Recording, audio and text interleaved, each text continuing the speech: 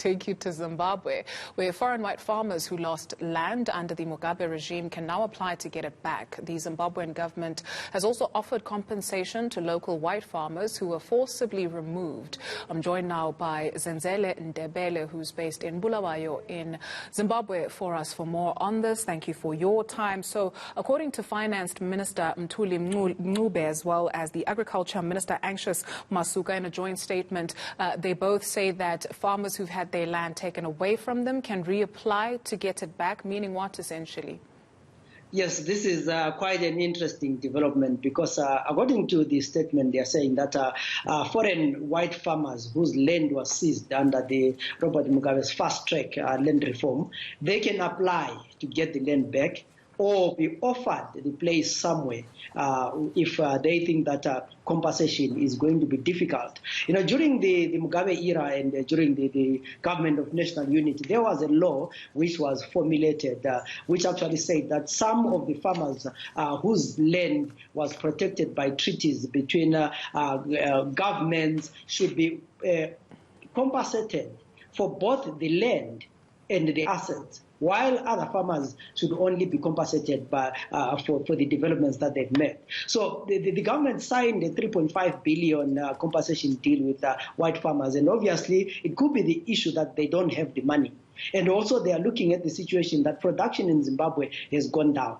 So they are saying that for those who think they can still farm, they will be given the land. But they are also going on to say that for farmers whose land was gazetted, but they have not left the land, they can approach a government and be issued with 99-year leases, like what is happening to the black farmers. So this is quite an interesting development, and we've seen many critics on social media saying, but all along since 2000, ZANU-PF was saying the land is irreversible, the land question is not going to be, talked about. So what is it that has changed now? Was this just an election gimmick? But at the same time, I mean, Zimbabwe has suffered a lot in terms of food production. It was the bread basket of Africa, and right now it's importing almost everything. So this could be a way that the government has realized that probably they need these farmers to produce more to be sustainable. So it's quite a tricky situation for both ZANU-PF and the government of Zimbabwe.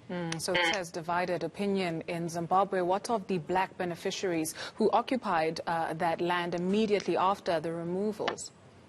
Yeah, actually, they talk about the instances where the government will revoke offer letters for some black resettled farmers who are currently occupying pieces of land. That if the white farmer identifies it and thinks that he still needs this farm, that means those black farmers are going to be removed, and the government is saying that they are going to offer them land somewhere. So this has created a bit of, bad tone, or bad feeling amongst the black people to say all along we were on the land, now you want to remove us so that the white farmer can come again. So what was this whole talk about Zimbabwe will never be a colony again, our land is ours, and all the rhetoric. So it's likely to cause a bit of confusion, and of course politicians will take advantage of this to evict those that they don't agree with. So we are likely to see a lot of evictions, this time black farmers being evicted to accommodate white farmers. And if these white farmers are connected to government, of course they're going to get the land back. We understand that South Africa will be sending a second delegation to come to Zimbabwe for more mediation and more talks. We know what happened the last time around, where opposition parties were not happy. What is the sentiment in the country?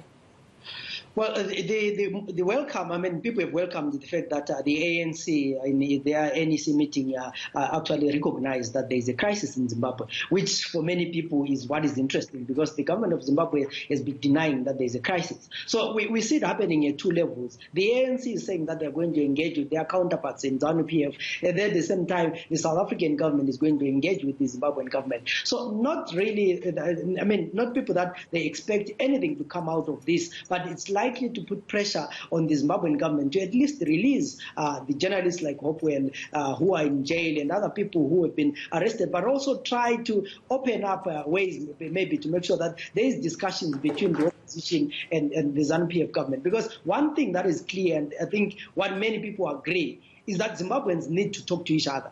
And we cannot go on like this. And for Zimbabwe to progress, there is some form of agreement that will need to be reached by the ZANU-PF and the opposition. But what people differ is in what form of this agreement. Is it going to be another government of national unity? Are they going to work towards measures that will make sure that the next election is not disputed? So these are the modalities that many people think that South Africans will be able to talk about. But there is always that mistrust that the quiet diplomacy kind of thing is going to continue again this time around. Sure. Just on the land issue before we let you go, any timelines given by the government, like you rightfully mentioned, $3.5 billion last month promised to farmers in terms of compensation, and now this new development where farmers can apply for land that they felt was taken away from them, but the devil is in the detail. Yeah, definitely this cannot be implemented immediately, because we know that the government of Zimbabwe does not have money. So they have talked about approaching, together with the white farmers, approaching the international community to look for ways of funding this agreement. But also we now see that realizing that they don't have the international standing to borrow the money, one of the ways is to say, if you don't want compensation, we can give you the land. So I see some of these things being implemented immediately. Of course, there are some farms that are lying idle, that are not being used. There are some farms that are not productive. There are some enemies that are being earmarked to be removed from farms. So you can expect that the people like Jonathan Moyo, Kasukuwere, Walter Muzembe, those guys who were in the 2017 Mugabe government, expect them to lose their farms very fast and the land to be given to the white farmers. A very, very interesting development. We'll be keeping a keen eye in terms of how that will roll out. Thank you very much, Zenzele Ndebele out in Bulawayo in Zimbabwe for us. This is eNCA. You're watching Up Front. More news for you after this.